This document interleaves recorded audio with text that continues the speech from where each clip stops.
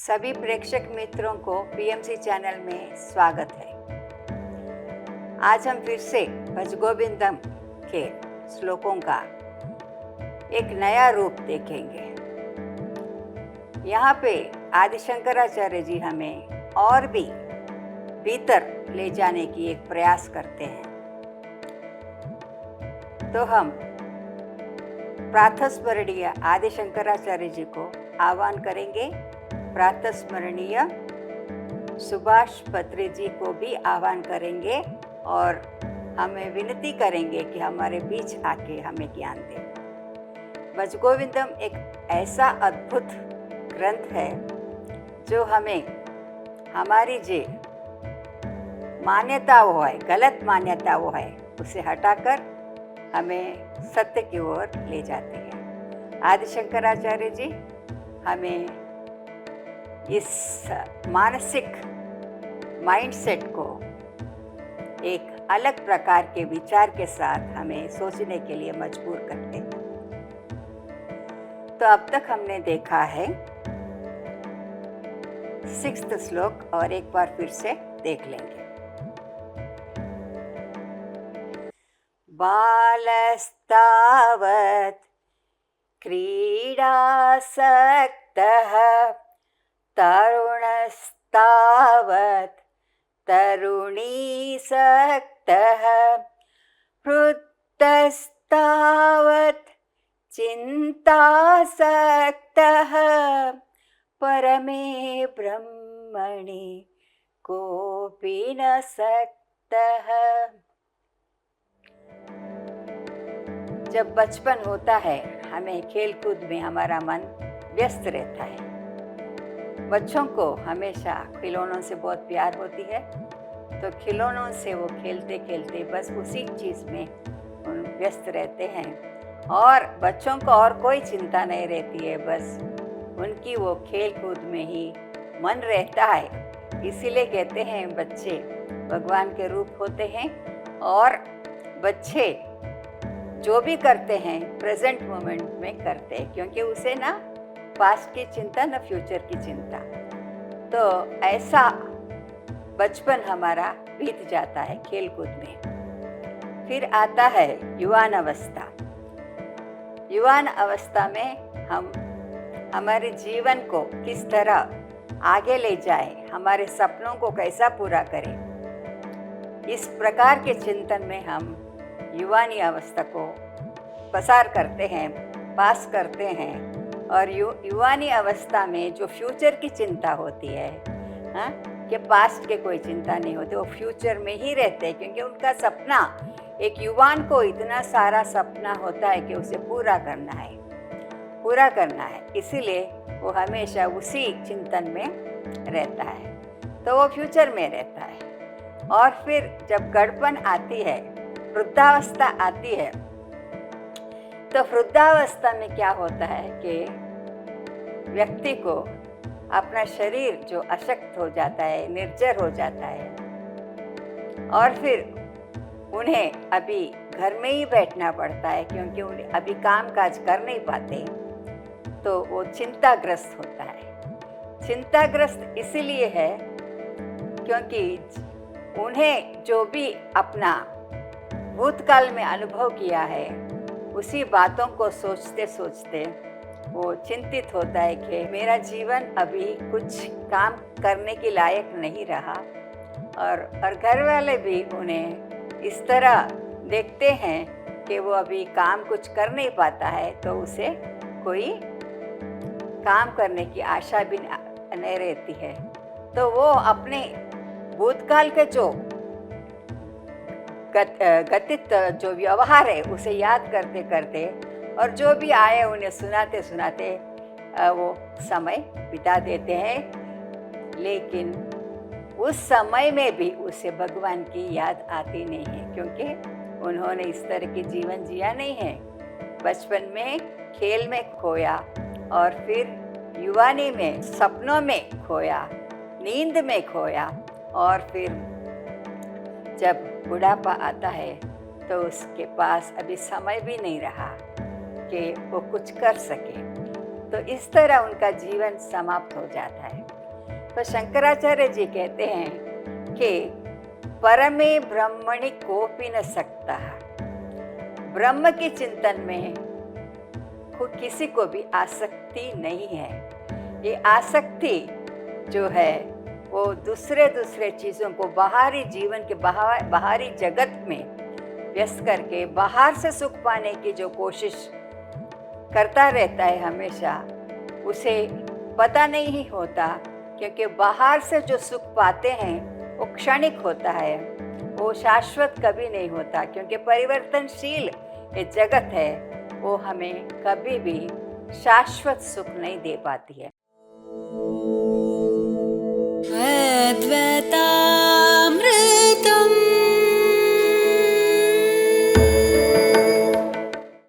तो शंकराचार्य जी हम फिर से कहते हैं, एक बहुत ही सुंदर श्लोक में हमें प्रवेश कराते हैं और एक अलग प्रकार के विचार हमें देते हैं, अलग प्रकार के सोचने का। ये अलग प्रकार क्या है, क्या सोचना है हमें, तो हमें एक दूसरा श्लोक 8 वाले श्लोक हमें बताते हैं। बहुत ही सुंदर श्लोक है और बहुत ही गहरी विचार है इसमें। इसको हमें समझेंगे तो हमें लगता है कि सचमुच शंकराचार्य जी हमें किस ओर ले जा रहे हैं। काते कांता कस्ते पुत्रः संसारोऽयमतीव विचित्रः कस्य त्वं कः कुत आयातः तत्त्वं चिन्तय तदिह भ्रातः भज गोविन्दं भज गोविन्दं गोविन्दं भज मूढ़मते। आज शंकराचार्य जी हमें कहते हैं, काते कांता, कौन है तुम्हारा पत्नी, कस्ते पुत्र, तुम्हारा पुत्र कौन है, पुत्र पुत्री कौन है, कभी सोचा है? संसारोऽयमतीव विचित्र, ये संसार जो है ना बहुत ही विचित्र है। क्यों विचित्र है? क्योंकि हम जिसे जिसे अपना मानते हैं वो आखिर है कौन, ये हमें विचार नहीं किया, इसीलिए हमें विचित्र लगता है। जो बात शंकराचार्य जी कहेंगे हमें विचित्र लगता है। कस्य त्वं का कुत आयाता, कहते हैं कि तुम कहाँ से आए हो, तुम कहाँ से आए हो? ए भाई, तुम उस सत्य की चिंता करो, सत्य की चिंता, कहाँ से आए? तो एक व्यक्ति सोचता है शंकराचार्य जी ऐसा प्रश्न क्यों करते हैं? हमें पता है हमारा पत्नी कौन है, हमारा पुत्र कौन है, हमारा संबंधी कौन है, ये सब हमें पता है। तो फिर इस प्रश्नों के ऊपर विचार करने जैसा क्या है? हम इस तरह की दलीलें करते हैं कि ये सब तो हमें पता है, फिर शंकराचार्य जी क्या कहना चाहते हैं? तो कहते हैं, शंकराचार्य जी पूछते हैं एक व्यक्ति को या साधक को, कहते हैं तूने कभी सोचा तुम्हारा पत्नी कहाँ से आई है?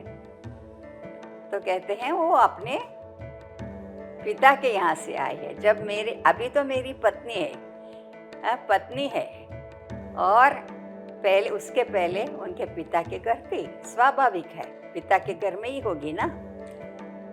लेकिन ये प्रश्न का मतलब क्या है? तो क्या पूछते हैं तुम्हारे पत्नी और तुम्हारे कुटुंब में सब खुश में रहते हो? तो हाँ, हम तो खुश में रहते हैं, क्योंकि मेरी पत्नी तो बहुत ही सुंदर है और बहुत ही सुशील है, मैं बहुत खुश हूँ उनके साथ। तो शंकराचार्य जी कहते हैं हाँ, तुम खुश हो, ये बात तो बिल्कुल सच है, खुश होना ही चाहिए।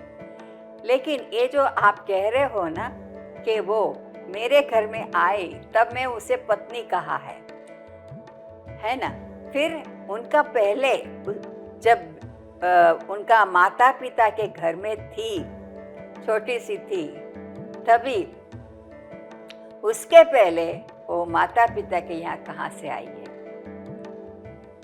तो सोचने लगे ये क्या बात कर रहे शंकराचार्य जी, माता पिता के यहाँ कहाँ से आई, यानी माँ के गर्भ में वो आई है पहले। जब उनके माता पिता का संभोग हुआ और वो वीर्य बनकर, बीज बनकर वो माँ के गर्भ में आई है, तो वो गर्भ में थी पहला। उनका जन्म होने से पहले वो गर्भ में थी, स्वाभाविक है।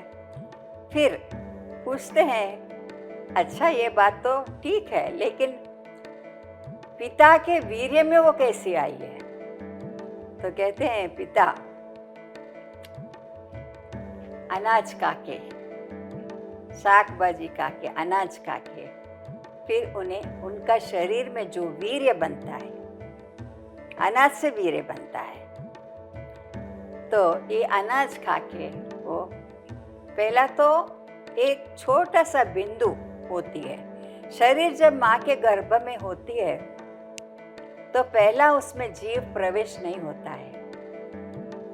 माँ के गर्भ में जब बालक होता है तभी खाली पिंड बनता है उनका।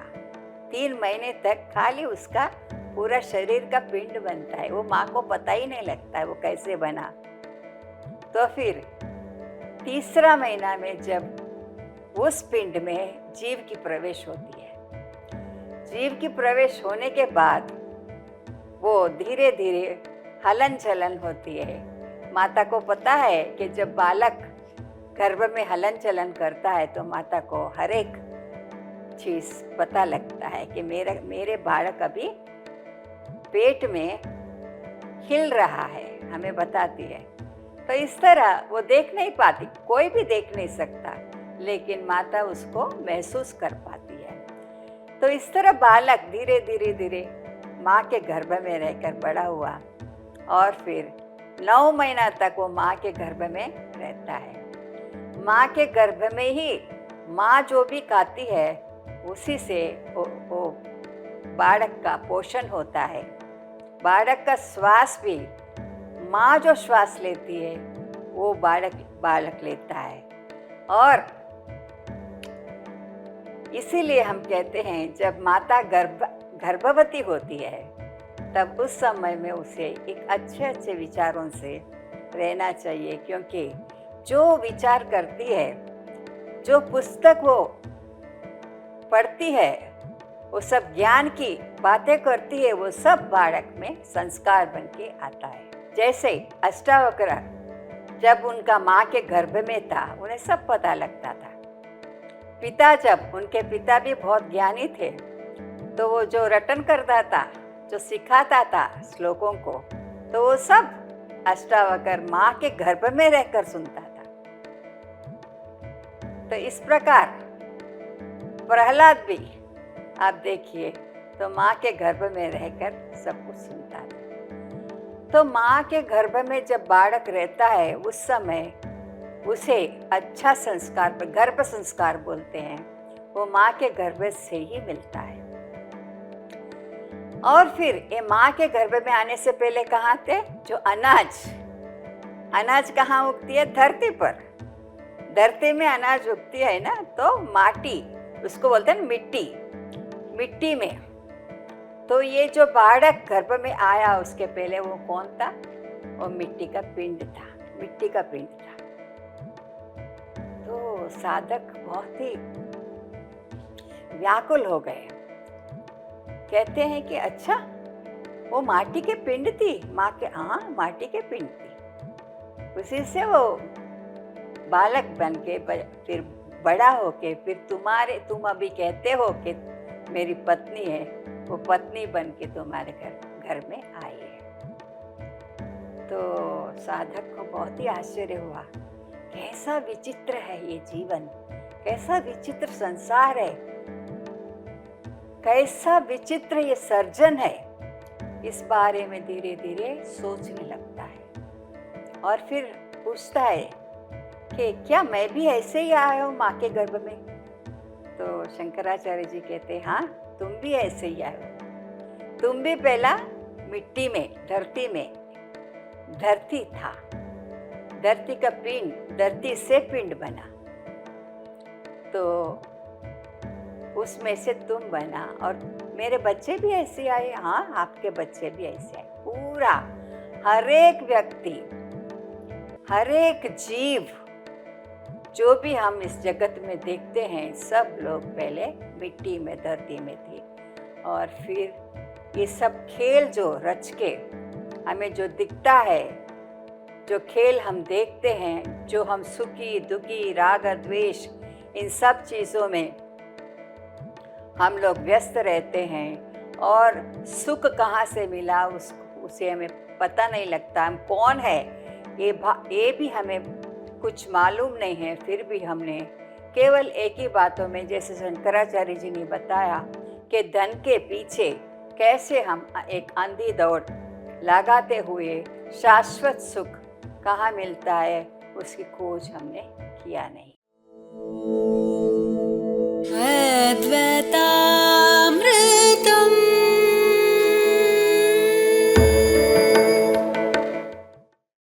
ये जीवन यही है कि हम लोग इस तरह क्यों आए हैं और ये सब नाटक जो चल रहा है वो नाटक क्या है। तो कहते हैं शंकराचार्य जी बहुत ही सुंदर समझाते हैं, ये सब इसीलिए कह रहा हूँ कि आपको पता लगे, आपको इस जगत की असारता पता लगे कि ये जगत असार है। यहाँ पे हम एक पात्र बनकर हमारे कर्मानुसार हमें जो रोल मिला है उस पात्रता को निभाने के लिए हम यहाँ पे आए हैं। ये रंगभूमि में जो हम पात्रता निभाते हैं, तो इस पात्रता तो किस तरह निभाना चाहिए और सत्य को समझकर कि नहीं, ये जो मैं कर रहा हूँ एक नाटक है, एक खेल है, एक लीला है। कृष्ण भगवान कहते हैं ना, एक लीला है। जैसे कृष्ण भगवान भी शरीर लेके आए हैं ना, शरीर लेके आए हैं, एक लीला रचाया। क्यों रचाया? धर्म की स्थापना करने के लिए और अधर्म को मिटाने के लिए। तो इस तरह हम लोग भी धर्म की स्थापना करने के लिए ये जन्म लिया है। ये सिखाने के लिए हम आती है और जैसे जैसे आप सीखते जाओगे आपका कर्म भी कटते जाएंगे और फिर धीरे धीरे आप इस कर्म के बंधन से मुक्त हो जाओगे। कर्म ने आपको बांध रखा है ऐसा हमें लगता है, तो कर्म को काटने के लिए ये सुंदर व्यवस्था की गई है। तो ये जागृत अवस्था में हम जो कुछ भी करते हैं, वो कर्म करते हैं, तो हमें लगता है कि ये जगत सत्य है, क्योंकि हम देखते हैं हम क्या करते हैं, दूसरे क्या करते हैं, क्या हो रहा है, सब कुछ देखते हैं, तो हमें ये सत्य लगता है। अटपटा लगता है, लेकिन फिर भी हमने ये स्वप्न को देखा। जब स्वप्न में थे, लगता है कि ये स्वप्न हमें सच लगता है। अगर कुछ ऐसी घटना स्वप्न में घट जाएगी तो हमें उसे दुखी होते हैं, और कुछ अच्छा घट जाता है स्वप्न में तो हम सुख की अनुभव करते हैं। लेकिन जैसे हम स्वप्न से बाहर आते हैं तो हम कहते हैं कि वो एक तो स्वप्न था, ये सच नहीं था, स्वप्न था। क्यों ऐसा लगता है? कारण कि आप जब जागृत अवस्था में आ जाते हो तो अभी स्वप्न का जो जगत है वो नहीं रहता है। इसीलिए हम कहते हैं कि जो भी मैंने देखा है स्वप्न में वो केवल मात्र स्वप्न ही था, वो सत्य नहीं थी। इसी प्रकार जो जागृत अवस्था हम देखते हैं, वो भी जब हमें ज्ञान हो जाता है तो हम कहेंगे कि ये जागृत अवस्था भी एक स्वप्न है। तो इस प्रकार चिंतन करने के लिए हमें ये 3 अवस्था दी गई है, और इसके ऊपर खूब विचार करने से हमें पता लगता है ये बहुत ही सच बात है। और फिर हम जागृत अवस्था के बाद में हम सुषुप्ति में चले जाते हैं। सुषुप्ति में क्या होता है? सुषुप्ति में वहाँ कोई चीज़ वस्तु नहीं रहती है और हम गाढ़ निद्रा में चले जाते हैं। हमें कुछ भी पता नहीं लगता क्योंकि वहाँ मन काम नहीं करती। तो मन काम नहीं करती यानी वो बीज अवस्था में चली जाती है। बीज अवस्था में हमारे पूरा संस्कार वहाँ पड़ा है, तो उसी में से हम फिर जागृत अवस्था में वापस आते हैं। लेकिन जब तक हमने सुषुप्ति अवस्था में रहते हैं तो वो आनंद की अनुभूति हम करते हैं। तो क्यों उधर आनंद है? इसीलिए कोई भी वस्तु नहीं है, कोई चीज़ वस्तु नहीं है, कुछ भी नहीं है। बाजू में अगर कोई आके बैठ गया तो भी हमें पता नहीं लगता। ऐसा इस गाढ़ निद्रा है। हाँ, हम सुबह उठकर बोलते हैं कि मुझे आज बहुत अच्छी नींद आई है। तो पूछते क्या हुआ आपको? नींद अच्छी नींद मतलब क्या? आप कुछ खा रहे थे अच्छी चीज़, कहीं पे घूमने जा गए थे इसीलिए तुम्हें अच्छा लगा? तो नहीं, मैं ना खा रहा था न मैं घूमने गया था, मेरे पास कोई वस्तु भी नहीं थी, फिर भी मुझे इतनी अच्छी नींद आई है। तो इसका मतलब क्या हुआ कि हम लोगों को कोई चीज़ वस्तु की ज़रूरत नहीं है हमें खुश रखने के लिए, हमें आनंद में रहने के लिए कोई चीज़ वस्तु की ज़रूरत नहीं है। ये भावना को समझने के लिए हमें सुषुप्ति अवस्था को महसूस करते हैं। तो इस तरह सुंदर 3 अवस्था हमें दी गई है, तो हमें पता लगता है कि तीनों अवस्था को हम बहुत ही सूक्ष्म रूप से विचार करेंगे तो पूरा आपको पता लगता है कि जीवन क्या है, जगत क्या है, वो परिवर्तनशील क्या है, वो जो बदल रहा है कौन बदल रहा है, वो नहीं बदलता वो कौन है, ये सब हमें पता लगता है। तो ये बहुत ही सुंदर तरीके से भगवान ने हमें एक ऐसी अनुभूति को सभी को दिया है कि इसमें इस तरह अनुभव करने से आपको इस जगत की असारता पता लगती है। तो ये सुंदर श्लोक में शंकराचार्य जी ने हमें बताया कि ये सब ऐसा है, एक मिट्टी का पिंड दूसरा पिंड से खेलता रहता है और जब समय आता है वो धरती पे मिल जाता है। तो ऐसी हमारी जिंदगी बहुत ही इनसिक्योर है, इनसिक्योरिटी। इधर देखिए, पता नहीं लगता हम कभी धरती में चले जाएंगे। तो जब तक हम इस धरती पे है हमें क्या करना चाहिए कि उस ब्रह्म में रमते। ब्रह्म में यानी ब्रह्म कोई अलग नहीं है, हम खुद ब्रह्म के रूप है, हम ही ब्रह्म है, लेकिन हमें अज्ञानतावश हमें पता नहीं लगता। इसीलिए ज्ञान की बहुत जरूरत है। ध्यान में आप उतर कर आप इस चीज़ को पा सकते हैं, इस चीज़ को समझ सकते हैं कि ध्यान के द्वारा जैसे जैसे मन शांत होता है फिर उस मन के पार हम जाएंगे और धीरे धीरे जो सूक्ष्म चीज़ है हमें पता लगता है। जब स्फुरणा होती है, फुर्ती की स्फुरणा होती है, वह कहाँ पे होती है? ध्यान में क्या होता है कि फुर्ती का स्फुरणा होती है लेकिन वो एक्शन में नहीं आती है, इसीलिए वहीं के वहीं समाप्त हो जाती है। तो फुर्ती आती है तो उसकी स्फुरणा होने से हम जागृत अवस्था में क्या करते हैं, उसे एक्शन कर्म में बदलती है। पहला विचार आता है, अविद्या के कारण विचार आता है, विचार से हम कर्म को एक्शन में रखते हैं। लेकिन ध्यान में क्या होता है, स्फूर्ति आती है लेकिन उसी स्फूर्ति को, उसी विचार को, उसी वृत्ति को वहाँ के वहाँ समाप्त करेंगे तो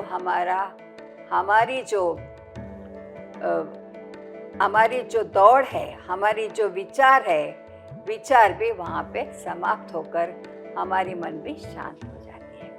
बहुत ही सुंदर श्लोकों के साथ आज मैं समाप्त करती हूँ। PMC चैनल के सभी प्रेक्षक मित्रों को, सभी मास्टर्स को, सभी फ्रेंड्स को मेरा खूब खूब अभिवंदन।